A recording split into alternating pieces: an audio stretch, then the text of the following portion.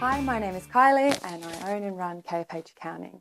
This short video is designed to inform some self-employed people about some of the changes that HMRC have brought in this year in order to help you complete your tax return in a lot quicker and a lot simpler way. The first one I'm going to talk about is the option to use cash accounting.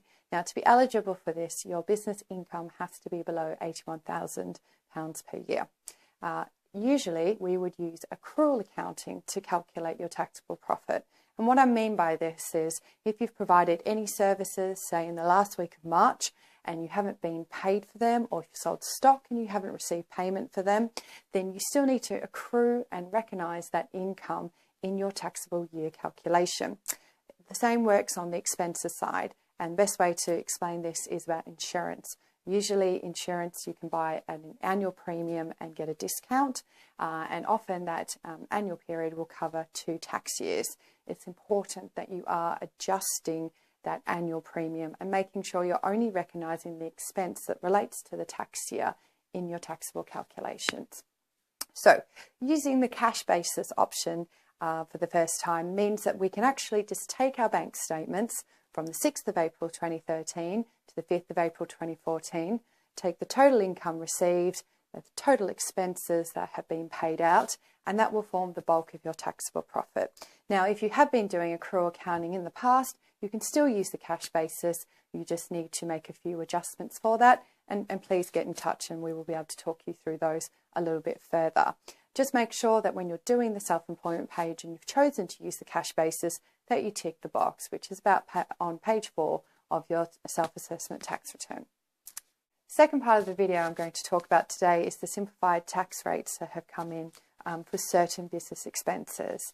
There's 2 that are of particular concern to most self-employed businesses. The first one is for vehicle costs for business. Now, usually for self-employed, you can claim the running costs that relate to your business use of your own personal car, or you can claim business mileage. Now, that's up for the first 10,000 miles. You can claim 45 pence per mile. And usually we would look at both of those methods and see which one is more tax efficient for your business to use. The change that they've made now for this method is that the business mileage one can be used for all businesses now, whereas it used to be only available to businesses that have income below the VAT threshold of £81,000. Most important thing to remember is if you are going to use a business mileage method, you need to keep a mileage log, and that needs to have the date of your trip, the mileage that you've completed, destination that you've gone to, and also what it relates to for your business.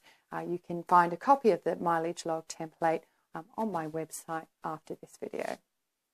The second simplified tax expense that HMRC have revised this year is the working from home allowance. Now, first thing to remember is that you need to be working over 25 hours a month for your business at home to be eligible to use this flat rate. Okay, and what has now happened is that if you do between, say, 25 hours and 50 hours, you can claim £10 a month. And if you actually have a few months where you're a bit more busier, so say you might do 60 hours over June and July because that's your busy period in your business, it actually changes and increases up to £18. So it's quite important when you are doing your calculations that you adjust it based on the hours that you're working from home. This is a really quick, simple calculation for the tax expense. Previously, you would have to figure out how much of your home you're using for business use and then apply those percentages to your electricity, your water bill, whereas this actually should make it a lot simpler for most businesses. Now we've come to the end of the short video on these key updates. If you have any specific questions relating to your business, please feel free to email me or get in touch. Thank you for your time.